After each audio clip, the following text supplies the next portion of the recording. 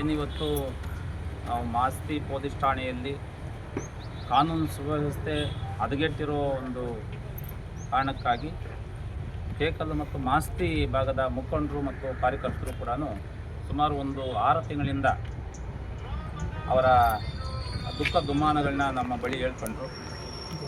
ನೀವು ಬರಬೇಕು, ಇಲ್ಲಿ ಕಾನೂನು ಸುವ್ಯವಸ್ಥೆ ಹದಗೆಟ್ಟೋಗಿದೆ, ಏಕಪಕ್ಷೀಯ ತೀರ್ಮಾನ ಮತ್ತು ಇಲ್ಲಿ ಸ್ಥಳೀಯವಾಗಿ ಏನು ಇವತ್ತು ಶಾಸಕರಾಗಿದ್ದಾರೆ ಅವರ ಅಣತೆಯಂತೆ ಇಲ್ಲಿ ಕಾರ್ಯನಿರ್ವಹಿಸುತ್ತಿದ್ದಾರೆ. BJP ಮತ್ತು JDS ಮುಖಂಡರು ಮತ್ತು ಕಾರ್ಯಕರ್ತರಿಗೆ ಇಲ್ಲಿ ನ್ಯಾಯ ಸಿಗ್ತಾ ಇಲ್ಲ. ಫಿರ್ಯಾದು ಕೊಟ್ಟಂಥ ಸಂದರ್ಭದಲ್ಲಿ ಫಿರ್ಯಾದುಗಳನ್ನ 4 ದಿವಸ 5 ದಿವಸ ಆದರೂ ಕೂಡ ಅವರ ಗಮನಕ್ಕೆ ಬರದೆ ಅದನ್ನು ಪರಿಶೀಲನೆ ಮಾಡದೆ ಆರೋಪಿಗಳ ವಿರುದ್ಧವಾಗಿ ಕ್ರಮ ಜರುಗಿಸದೆ ಅನ್ಯಾಯ ಆಗ್ತಾಯಿದೆ ನಮ್ಮ ಮುಖಂಡರು ಕಾರ್ಯಕರ್ತರಿಗೆ ಅಂತೇಳಿ ಸುಮಾರು 6 ತಿಂಗಳಿಂದ ನಾವು ಕೂಡ ಫೋನ್ ಮುಖಾಂತರ ಅವರಿಗೆ ಇದನ್ನು ಸರಿಪಡಿಸ್ಕೊಳ್ಳಿ ಅಂತೇಳಿ ಸುಮಾರು ಬಾರಿ ನಾವು ಹೇಳಿದ್ವಿ. ಆದರೂ ಕೂಡ ಅವರು ಸರಿಪಡಿಸ್ಕೊಂಡಿಲ್ಲ. ಹಾಗಾಗಿ ಇವತ್ತು ಈ ಭಾಗದ ಮುಖಂಡರ ಒಂದು ಏನು ತಾಳ್ಮೆ ಇತ್ತು ಅದು ಆ ತಾಳ್ಮೆ ಕಟ್ಟೆ ಒಡೆದೋಯ್ತು. ಒಂದು 100 ಜನ 50ರಿಂದ 100 ಜನ ಮುಖಂಡರು ಹೋಗಿ ಅವರಿಗೆ ಮನವರಿಕೆ ಮಾಡಿಕೊಡ್ಬೇಕು. ನಮ್ಮ DSP ಸಾಹೇಬರು ಬರ್ತಾರೆ, ಅವರಿಗೆ ಈ ಒಂದು ಭಾಗದಲ್ಲಿರ್ತಕ್ಕಂಥ ಈ ಠಾಣಾ ವ್ಯಾಪ್ತಿಯಿಂದ ಆಗ್ತಕ್ಕಂಥ ಏನು ಕಾನೂನು ಬಾಹಿರ ಚಟುವಟಿಕೆಗಳಿದೆ ಅದರ ಬಗ್ಗೆ ಅವರಿಗೆ ಮಾಹಿತಿ ಕೊಡಬೇಕು ಅಂತೇಳಿ ನಾವೆಲ್ಲ ಮುಖಂಡರು ಬಂದಿದ್ವಿ. ನಾವು ಮುಕ್ತವಾಗಿ ನಮ್ಮ ಏನು ದುಃಖ ದುಮ್ಮಾನಗಳನ್ನ ಮತ್ತು ಅಹವಾಲುಗಳನ್ನ ಇವತ್ತು ಸನ್ಮಾನ್ಯ DYSP ಸಾಹೇಬರು ಸ್ವೀಕರಿಸಿದ್ದಾರೆ. ಮುಂದಿನ ದಿವಸಗಳಲ್ಲಿ ಇದನ್ನು ಮರುಕಳಿಸದಂತೆ ನೋಡ್ಕೊಳ್ಳೋಂಥ ಜವಾಬ್ದಾರಿ ನಂದು ಅಂತೇಳಿ ನಮಗೆ ಅವರು ಒಂದು ಆಶ್ವಾಸನೆಯನ್ನು ಕೊಟ್ಟಿದ್ದಾರೆ.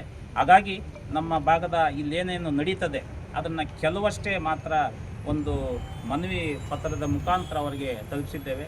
ಮುಂದಿನ ದಿವಸಗಳಲ್ಲಿ ಈ ರೀತಿ ಏನು ಅನ್ಯಾಯ ಆಗದಂಗೆ ಏಕಪಕ್ಷೀಯ ತೀರ್ಮಾನಗಳಾಗದೇ ಇರೋ ರೀತಿಯಲ್ಲಿ ಈ ಕಾನೂನು ಸುವ್ಯವಸ್ಥೆ ಕಾಪಾಡುವಂಥ ಜವಾಬ್ದಾರಿ ಅದನ್ನು ನಾನು ತಗೊಂಡಿದ್ದೀನಿ ಅಂತೇಳಿ ನಮ್ಮ ಸಾಹೇಬರು ಹೇಳಿದ್ದಾರೆ.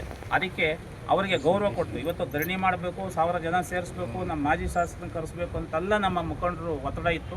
ಆದರೆ ಬೇಡ, ಇನ್ಷಿಯಲ್ ಸ್ಟೇಜಲ್ಲಿ ಅವ್ರಿಗೂ ಒಂದು ಅವಕಾಶ ಕೊಡೋಣ.